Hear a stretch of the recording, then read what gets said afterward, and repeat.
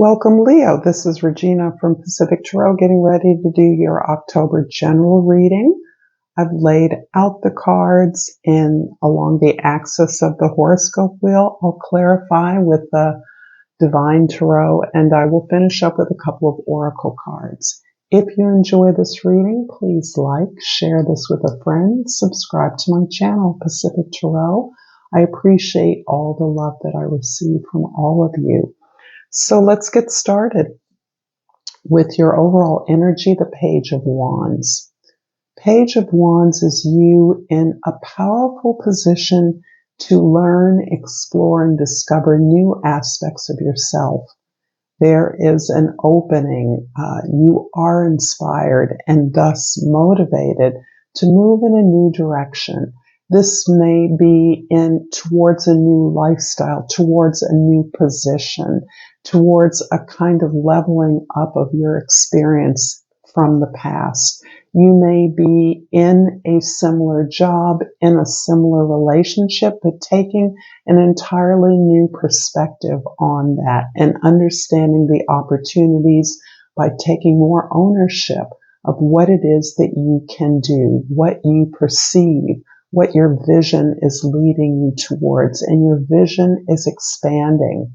And that's what makes you willing to start at the beginning, to be a beginner in this space with a tremendous aptitude and match for the area that you're in. You're attracting support. And so this new beginning, this new openness to learning something new is fortuitous. You feel energized and enthused. In the 10th house, the house of your social identity, as others see you, the Seven of Cups shows you to be very multi-talented. You appear to others as though you could do a lot of things, that you're making a choice to do something that you know is going to better you in the long term. But superficially, this may be a big adjustment, a big change or turn away from the way that you've approached this particular kind of opportunity in the past.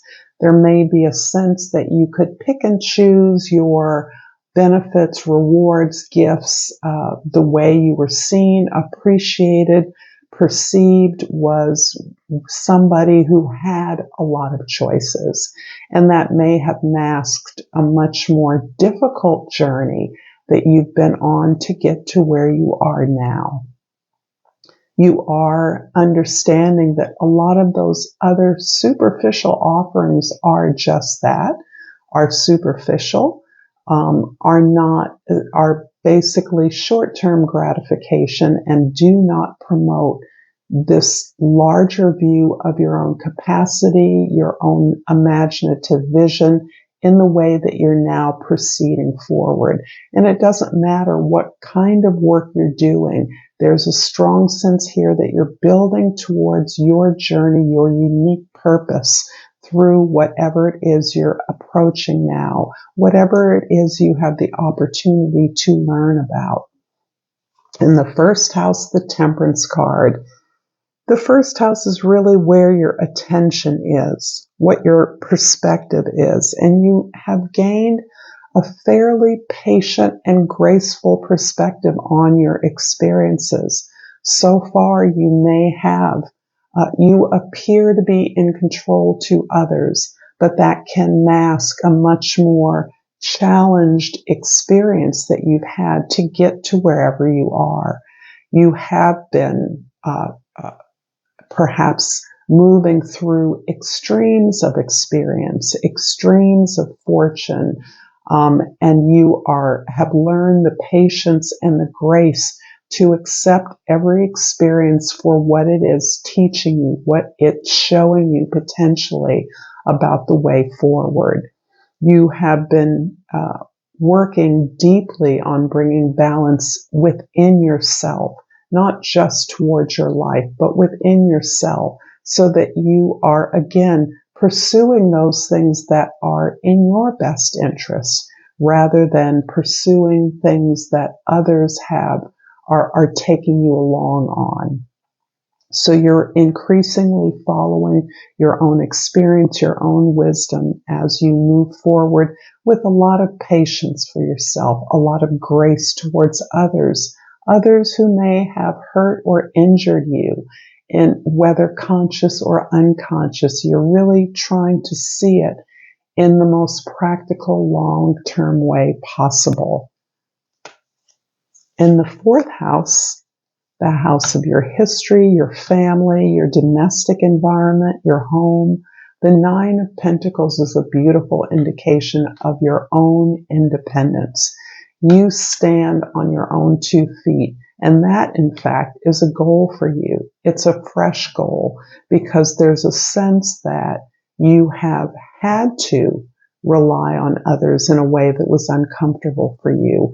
Much of the journey that you may have taken was in part opportunities that where you accompanied someone else's journey, where you were assisting a sidekick or meant to be a partner on a journey that didn't feel authentic to you.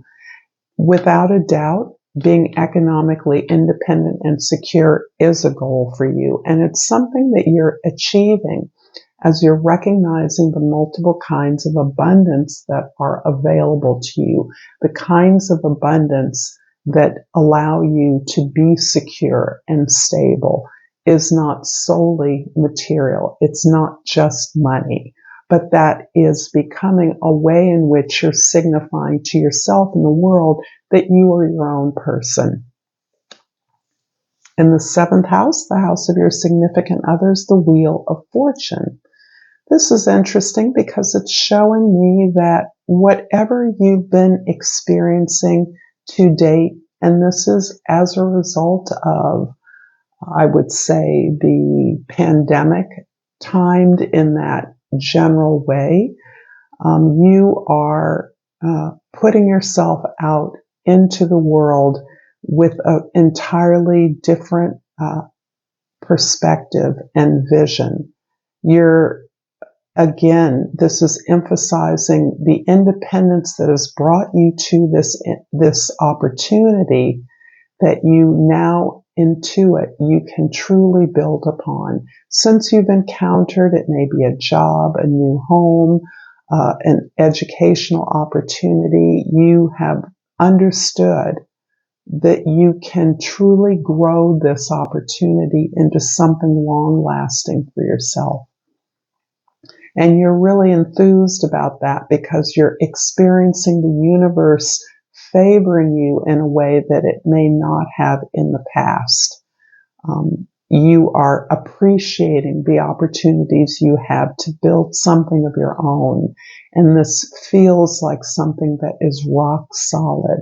This is the kind of spiritual as well as material security that you're now able to build slowly. I love the beautiful pink of this card because it's rosy. It smells good. This is moving forward, working hard because you're now in a place where the vision comes easily and naturally to you.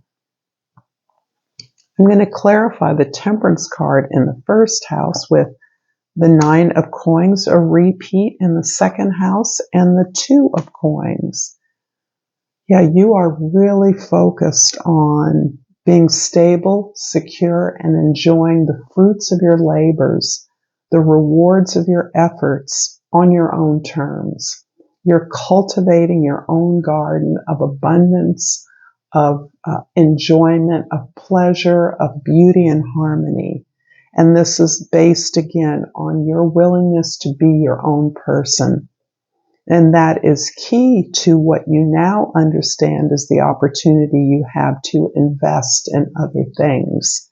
So you have choices around the direction that you want to invest your money, your resources, your time.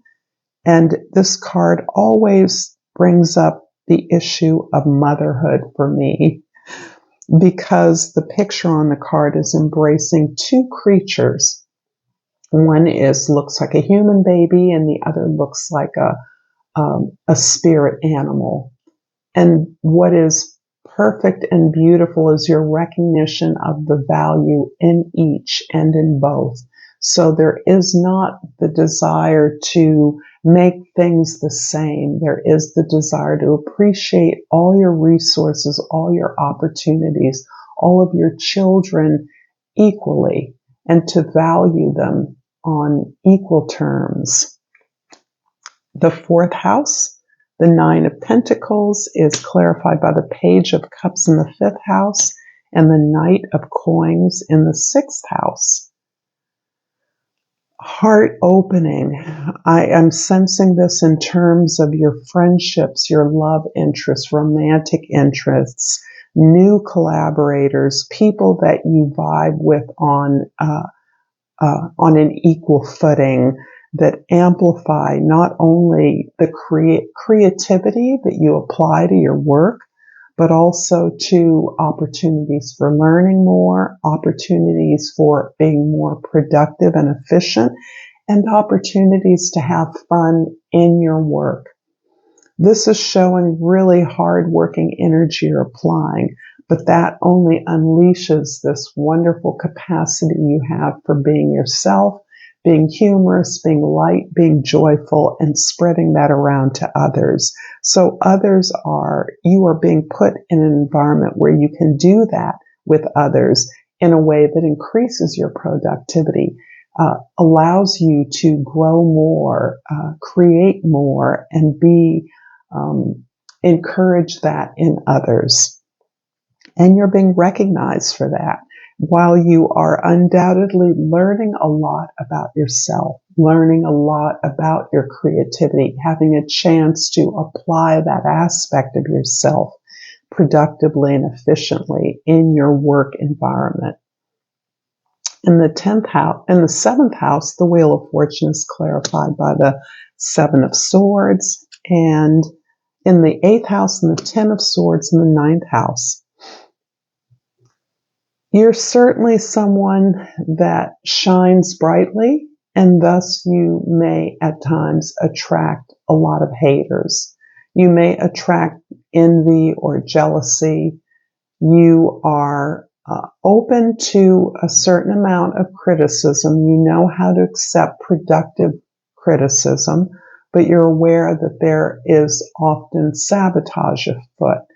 And in the past, that sabotage would have stopped you cold in your tracks. However, through releasing experiences, particularly that have reflected some experience of failure, disappointment, heartache, by releasing those old beliefs, whatever those experiences of failure or heartbreak were based on, you're recognizing those were based on some illusory beliefs that do not hold up to your experience. You no longer value those beliefs as contributing to the best you that you can be.